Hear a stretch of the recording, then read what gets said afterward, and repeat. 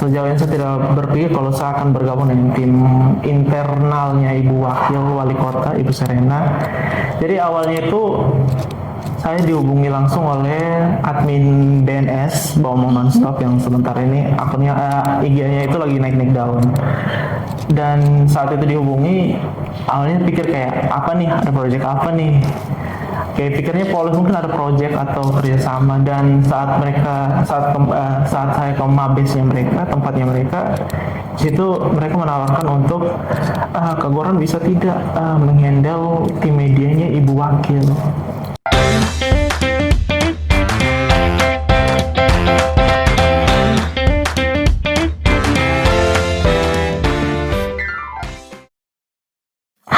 Kobus, kembali lagi di Kobus Podcast, komunikasi buka suara. Dari sini kamu buka suara. Bersama saya Anggun yang akan memandu podcast kita hari ini, dan tentunya dengan narasumber yang tidak kalah menarik dengan episode sebelumnya. Dan dengan narasumber yang sudah ahli di bidangnya dalam dunia fotografi dan juga videografi. Langsung saja kita sapa bersama. Halo Kak Goran. Halo Anggun. Apa kabar Kak? Puji Tuhan baik sekali saja ini. Ya, terakhir ketemu kayaknya waktu itu kakak jadi narasumber di kegiatan LKTD ya Kak? Iya, betul sekali. Oke.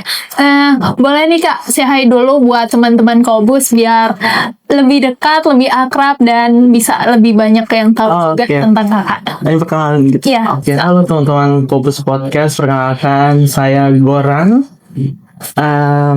Saya alumni Teknik Sipil Unwira tahun 2019, angkatan 2019. Oke.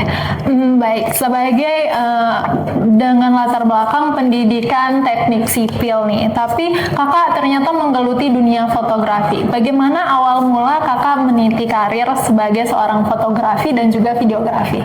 Oke, siap. Kalau ditanya pada awal mulanya itu ceritanya cukup panjang, Anggun. Dan jujur sejauh ini saya juga tidak berpikir kalau akan diundang ke tempat ini dan berdiri di sini memberikan pengalaman. Jadi ceritanya itu berawal dari tahun 2020, Anggun. Waktu itu COVID, jadi perkuliahan itu kita diarahkan ke Zoom atau apa ya namanya, online lah, perkuliahan online begitu. Daring begitu. Nah, di situ kan ada beberapa mata kuliah yang kadang dosennya itu mungkin sibuk atau dipindahkan jadwalnya. Terus ada beberapa momen yang tiap hari kan kita hanya scrolling TikTok, bermain Instagram. Terus ada beberapa video yang FYP, misalnya video-video sinematik nih. Nah, situ kan sering-sering muncul dan itu buat saya semakin kayak kayaknya ini video bagus nih. Ini video bagus. Dari situ kayak coba edit nih. Dari situ kita edit, mulai coba-coba edit, dan dari situ yang saya mulai tertarik dengan dunia video awalnya. Nah, kalau untuk dunia foto sendiri itu mulai tertariknya itu tahun 2024 akhir. Itu awal mula saya mulai tertarik dengan dunia foto juga di situ. Oke. Nah, dalam proses awal mula belajar sebagai seorang fotografi itu kakak belajar mandiri atau bergabung dengan komunitas-komunitas tertentu nih Kak? Sejauh ini ada bergabung dengan komunitas juga. Terus tapi sebelum bergabung dengan komunitas itu kita mandiri. Mandiri itu lebih kayak penasaran nih cara editnya seperti apa, kita cari tahu lewat YouTube. Lebih sering YouTube. Terus kadang lewat FYP TikTok atau Instagram. Terus setelah itu kayak masih ada rasa kurang nih, kayak kayaknya kalau lewat video saja kayaknya kurang nih. Jadi kita sempat waktu itu tahun 2023 itu ada pembukaan volunteer dari komunitas film Kupang, KFK Kupang. Dari situ saya coba daftar dan diterima, dan sampai sekarang itu banyak belajar dari teman-teman dari KFK juga. Berarti yang kakak gabung komunitas itu dari komunitas KFK? Ya, ada satu namanya komunitas KFK dan satu itu namanya Skolmus. Kalau Skolmus, Anggun tahu tidak? Skolmus itu komunitas yang buat merekam kota. Yang sejauh ini saya baru tahu nih dari kakak hari ini. Nanti ada beberapa kegiatan besar yang akan mereka lakukan juga dalam waktu dekat. Terus Terus sebagai seorang fotografi ini mungkin ada fotografi atau videografer yang jadi inspirasi atau yang jadi motivasi buat kakak? Oke. Kalau untuk referensi ya, sejauh ini karena saya berlatar belakangnya seorang anak teknik, salah satu inspirasi saya itu Bapak mantan Menteri PUPR, mungkin teman-teman tahu. Pak Baskan Pak yang biasa Basuki potret-potret kalau jalan iya, dinas. itu salah satu orang yang sempat saya pernah berfoto bersama juga. Wow, keren sempat handle sekali. kegiatan waktu itu peresmian gedung ATK di Jalur 40 dan beliau berkesempatan hadir dan situ sempat ikut foto bersama dengan beliau juga. Itu salah satu inspirasi saya untuk kayaknya ternyata bukan saya sendiri nih yang sebagai latar belakang anak teknik, tapi ada juga nih senior nih suhu malah. Soalnya di beberapa kali video-videonya tuh kan sering kesebar, Iya. suka jalan bawa kamera gitu. Iya betul. Nah, menurut kakak, bagaimana cara kita bisa menghasilkan gambar yang baik dan kapan sebuah gambar itu bisa dibilang punya cerita? Oke. Kalau menurut saya setiap gambar itu pasti punya cerita. Itu apapun itu, kayak misalnya hari beta foto dengan Anggun itu pasti ada cerita nih. Kalau dari saya nih, kayak misalnya kalau mau dibilang momen terbaik itu seperti apa, mungkin teman-teman harus kuasai nih. Kalau misalnya saya ambil contoh kayak misalnya foto wisuda nih. Kalau misalnya kayak sama foto wisuda, saya harus ngerti nih momen-momen seperti apa nih yang harus kita ambil. Terus setelah kita foto juga kita lihat, ceritanya bagus nih begitu. Salah satunya itu misalnya momen saat berpelukan atau saat terima toganya begitu, atau saat ini pelukan bersama orang tua, foto bersama keluarga. Iya, foto sama keluarga itu kan momen yang harus diabadikan banget ya. Siapa tahu Anggun setelah ini wisuda bisa booking. Oh, bisa kakak. Sudah rencana deh. Oke, ditunggu 2 tahun lagi. Oke, siap kak. Semoga 2 tahun lagi. Oke. Kita lanjut kak. Boleh. Apa yang membuat kakak tetap tertarik menekuni dunia fotografi dan videografi meskipun latar pendidikan kakak tidak berhubungan langsung dengan bidang fotografi dan juga videografi nih kak? Oke, jujur Anggi, sebelum wisuda itu, beta kan latar belakangnya anak teknik nih. Dan sebelum wisuda sudah bekerja di tim promosinya Unwira tahun 2023 November atau Oktober tahun 2023. Oh, nah, itu masih kuliah? Masih semester akhir lah. Oh, Semester berarti belum 7. tamat. Belum wisuda. Nah dari situ kayak, nih saya punya teman sarankan untuk waktu itu setelah PKKMB habis, dari pihak kampus cari untuk kira-kira siapa nih yang bisa buat video atau foto gitu. Terus ada teman saya rekomendasi. Nah satu teman rekomendasi habis, setelah itu saya bergabung lah dengan tim promosi waktu itu dari tahun 2023. Dari awal mulanya itu saya sambil berpikir kalau akan berjalan sejauh ini. Berawalnya itu berawal dari HP ini. Dari HP-nya masih dari awal sampai sekarang masih yang sama. Kalau mau dibilang sejauh ini pemasukan paling banyak, kalau realistisnya itu memang pemasukan lebih besar itu dari dunia media. Gitu, makanya sampai sekarang itu kalau dibilang tertarik ya sangat-sangat tertarik gitu. Dan masih mau tekun. Tapi kalau misalnya dibilang, kalau misalnya ditanya kalau misalnya latar belakang teknik, ada tidak pekerjaan teknik? Sampai sejauh ini masih ada. Jadi kayak misalnya ini hari saya dapat job atau job di luar begitu, terus di sisi lain saya menyempatkan waktu untuk kayak mempromosi kalau saya ini seorang anak teknik juga. Jadi kayak dari situ mereka tuh ada beberapa momen yang mereka tuh langsung konsultasi, kayak ini kira mana kerjanya, gambarnya seperti apa. Dari situ kita mulai membangun relasi. Nah, jadi kayak sekali dayung kita dapat 2 pekerjaan. Jadi walaupun maksudnya latar belakang pendidikannya beda, tapi masih ada hubungan juga ya. Iya, masih. Secara tidak langsung masih ada hubungan. Masih. Oke, dalam perjalanan kakak menjadi seorang fotografer tentunya banyak hal-hal yang mungkin menjadi kesulitan atau memberikan banyak pembelajaran buat kakak. Nah, bagaimana kakak menghadapi kesulitan itu dan mengatasinya? Kesulitan dalam bekerja gitu ya. Iya. Sebenarnya banyak sekali ya, banyak sejauh ini sangat-sangat banyak. Tapi ada beberapa momen yang memang itu menjadi sebuah pelajaran. Jadi kalau orang bilang belajar dari pengalaman itu ya, dari pengalaman yang tadi saya bilang. Sedikit cerita, kemarin itu sempat dipercayakan untuk menghandle sebuah project wedding. Nah, kebetulan orang yang menghandle ini pun adalah salah satu ibu dari tata usahanya kami waktu kuliah. Kalau tidak salah tahun 2024 kemarin. Ini pengalaman yang sangat berharga. Jadi waktu itu jujur saya tidak terlalu paham soal dunia wedding, dan saat itu saya dikuatkan untuk, Kak, ini bagus, Kak, kamu video bagus dan lain sebagainya. Jadi kayak, oh ya sudah, saya coba nih. Tapi ternyata ada beberapa hal yang saya lupakan, dan itu membuat sedikit pengalaman yang sangat membekas sampai sekarang. Nah, dari tadi kan kakak banyak cerita tentang dunia fotografer dan juga dunia fotografi dan juga videografi nih. Tapi tadi sempat cerita tidak hanya itu, namun kakak juga sudah sudah terjun juga ke dunia yang lebih profesional. Bisa diceritakan pengalaman pertama kali terjun ke dunia profesional?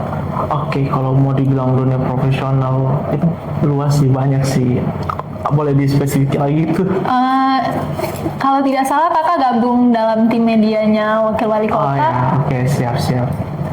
Jadi kalau itu salah satu pengalaman saya juga yang sejauh ini saya tidak berpikir kalau saya akan bergabung dengan tim internalnya Ibu Wakil Wali Kota, Ibu Serena. Jadi awalnya itu saya dihubungi langsung oleh admin BNS Baumong Nonstop yang sementara ini akunnya IG-nya itu lagi naik daun. Dan saat itu dihubungi, awalnya pikir kayak apa nih, ada proyek apa nih, kayak pikirnya mungkin ada proyek atau kerjasama. Dan saat saya ke mabesnya mereka, tempatnya mereka, situ mereka menawarkan untuk Kak Goran bisa tidak menghandle tim medianya Ibu Wakil. Di situ sedikit shock, jujur shock, karena berpikirnya awalnya kayak proyek apa mungkin, atau minta bantuan atau apa, jujur. Tapi setelah itu saya minta untuk, Kak, boleh tidak saya kasih saya waktu 1 hari untuk saya pikir kira-kira bisa tidak. Jadi kalau adminnya itu bilang, oh boleh, nanti saya tunggu besok pagi biar saya infokan. Tapi kalau bisa diusahakan supaya bisa ambil, karena tidak semua kesempatan itu datangnya 2 kali. Oke, siap. Jadi langsung diambil dan masih harus pikir. dicoba. Masih pikir, karena jujur pemikiran pertama itu karena takutnya kita kerja di pemerintahan itu terlalu banyak terlalu terikat dengan waktu. Kalau saya kan lebih senang kerjanya itu tanpa yang fleksibel gitu, tidak harus terikat gitu. Jadi bisa lebih jadi bebas. Kayak pikir gitu. Kayak, ini kalau misalnya ada job di luar ini bagaimana, atau misalnya ada orang permintaan buat video ini bagaimana. Tapi setelah itu kayak, oh ya sudah, sempat pergi berdoa juga, minta jalan. Terus paginya saya langsung kontak, Kak, kita siap untuk bergabung. Ya tanpa panjang lebar langsung diterima, dan hari itu langsung kerja juga. Tepat tanggal 14 Februari, hari Valentine waktu itu. Berarti hadiah Valentine-nya luar biasa banget ya, bergabung jadi tim media Wakil Wali Kota Kupang. Nah, tadi kan kakak sempat cerita juga bagaimana bergabung jadi tim media Wakil Wali Kota Kupang, dan kalau boleh tahu sudah berapa lama nih Kak bergabung dalam tim media Wakil Wali Kota? Kalau dihitung dari Februari berarti sekarang ini sudah 3 jalan 4 bulan. Boleh tahu Kakak bisa ceritakan pengalaman menjadi tim media? Boleh ceritakan pengalaman menjadi tim media Ibu Wakil Wali Kota, Kak? Jujur fun fact-nya itu tidak seberat yang saya pikirkan ya. Karena awalnya itu saya berpikir kalau kayaknya tim media ini kita harus pergi kantor jam 8 pagi, kita pulangnya jam 5 sore. Tapi ternyata tidak seberat itu. Untuk menjadi tim media apa itu cukup menyenangkan karena kita bertemu dengan banyak orang nih. Dan untuk jam kerja yang tadi saya bilang itu awalnya itu saya pikir kerjanya harus lapangan, ternyata tidak. Kita memang dituntut untuk standby 24 jam per 7 karena memang agendanya itu banyak, kayak misalnya agenda dadakan atau kunjungan-kunjungan, jadi kita memang standby. Tapi sejauh ini lebih banyak waktu luang untuk mengedit sisa-sisa yang lain atau mengedit job-job luar begitu. Dan untuk pekerjaan dengan ibu waktu sendiri saya rasa tidak terlalu susah-susah juga. Tadi sempat cerita kakak tidak hanya menjadi tim media buat ibu wakil wali kota, tapi juga menjadi tim media sosial di salah satu kafe di Kupang. Bagaimana pengalaman kakak dalam mengelola media sosial di kafe Umi Raya, kalau tidak salah? Salah satu jadi saya ini menghandle salah satu kafe juga, itu Mer yang tadi Kak bilang. Ternyata menghandle media sosial sebuah brand, salah satunya brand seperti Umera Coffee yang bergerak di dunia F&B itu cukup melelahkan juga, serius, karena kita itu harus mengetahui algoritma Instagram seperti apa, kita harus mengikuti tren-tren sekarang, video-video, jadi bisa buat dan kita harus pantau nih, kayak misalnya konten apa nih yang menarik nih, kira-kira ini konten relevan tidak dengan dunia F&B atau dunia kafe begitu. Jadi kita harus sortir, kita harus pelajari lagi tentang dunia media begitu. Pengen makan enak itu bukannya harus kira-kira di Kupang ini makanan enak apa nih. Nah itu yang kayak misalnya kayak salah satu pencarian seperti itu yang kayak bikin kita yang harus memunculkan ide untuk buat konten-konten menarik biar ketika orang misalnya makanan enak di Kupang apa nih, mau munculnya Umera Coffee begitu. Jadi dari konten itu juga bisa menjadi promosi juga buat kafenya ya. Iya betul. Itu salah satu target. Jadi setiap bulan itu kita punya target. Misalnya kita buat konten plan, membuat konten sebanyak 15 sampai 20 konten.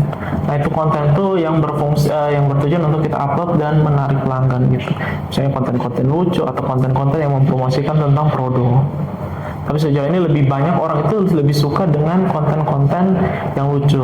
Jadi kayak misalnya kita mengikuti saja, kalau misalnya bulan ini fokusnya di konten lucu, ya berarti bulan depan kita fokusnya ke konten-konten yang berkaitan dengan produk gitu. Oke, jadi mengikuti konten-konten yang lucu dan juga yang sekarang lagi viral-viral gitu itu. Ya Kak? Satunya kenal Veronica kok. Iya, sangat viral sekarang ya, konten sound yang sangat viral yaitu Veronica itu.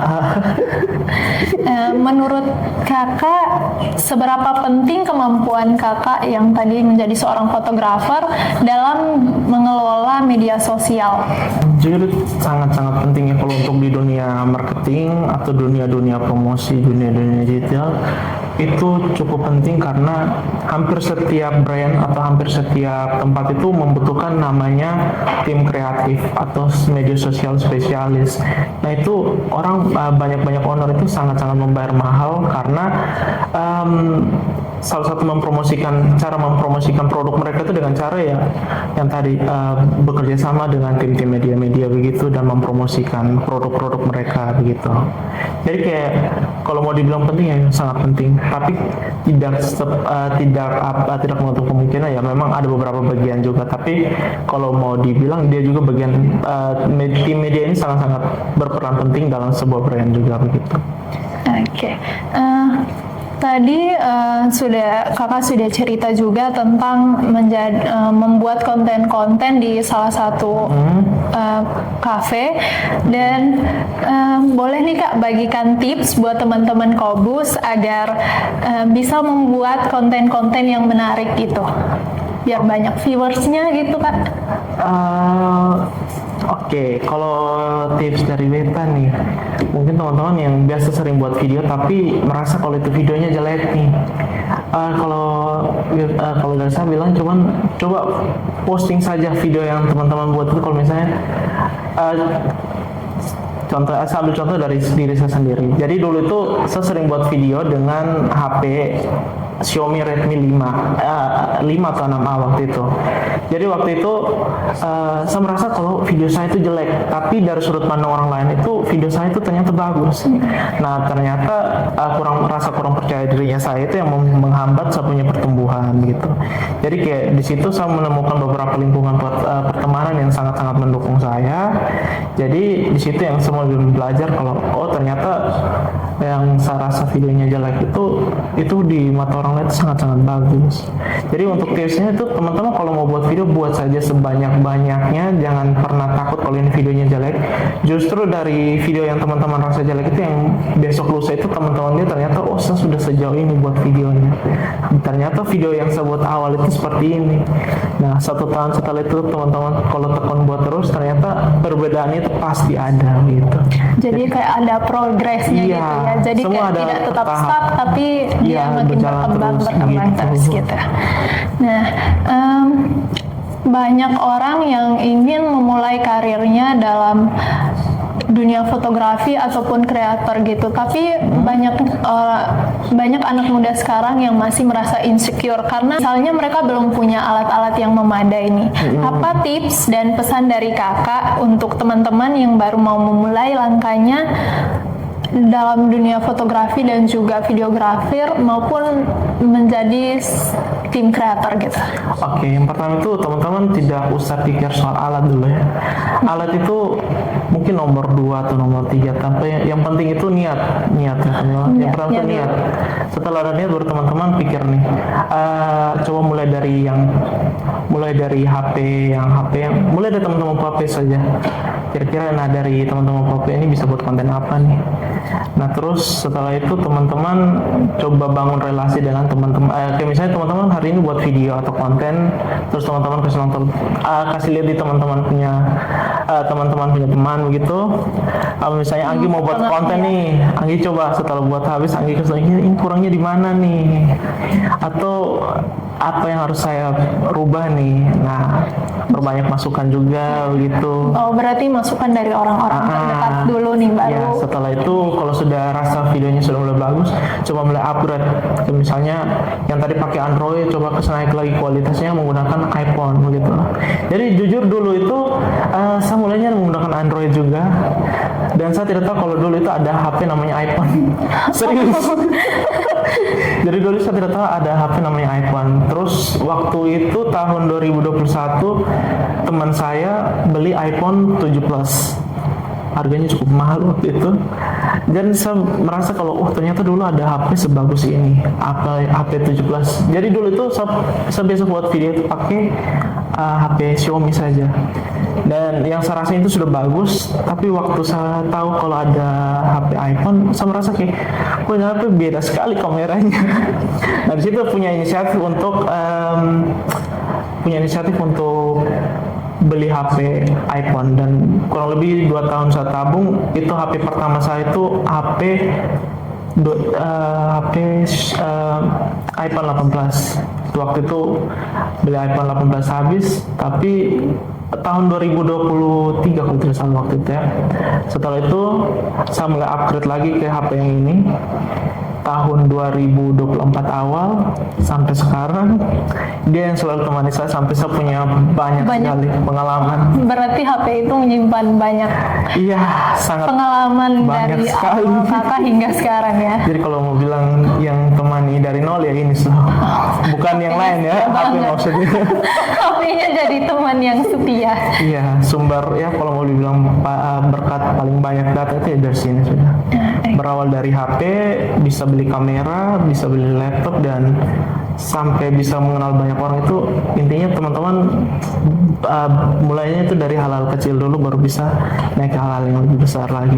Jadi untuk memulai sesuatu hal, teman-teman bisa memulai dari hal-hal kecil dulu, membangun dalam diri dulu, baru bisa lebih berkembang lagi. Iya itu. Nah teman Kobus, banyak cerita inspirasi yang sudah dibagikan oleh Kak Goran, dan mungkin ini juga bisa teman Kobus ambil untuk menjadi salah motivasi buat teman-teman bisa berkembang di bidangnya masing-masing. Dan terima kasih kakak sudah mau hadir berbagi cerita bersama kami di Kobus Podcast. Dan kalau bisa nanti mungkin kita ketemu lagi. siap. Apa sih yang tidak untuk kami? Aduh. Maksudnya Kobus Podcast. Oke. Baik. Semoga apa yang sudah dibagikan sama Kak Goran bisa bermanfaat untuk teman-teman Kobus, dan terus saksikan episode-episode seru selanjutnya bersama narasumber-narasumber yang baru dan juga memberikan cerita-cerita yang sangat luar biasa. Sampai jumpa di episode selanjutnya, dan jangan lupa pantau terus media sosial Kobus Podcast untuk melihat konten-konten seru lainnya. Bye-bye!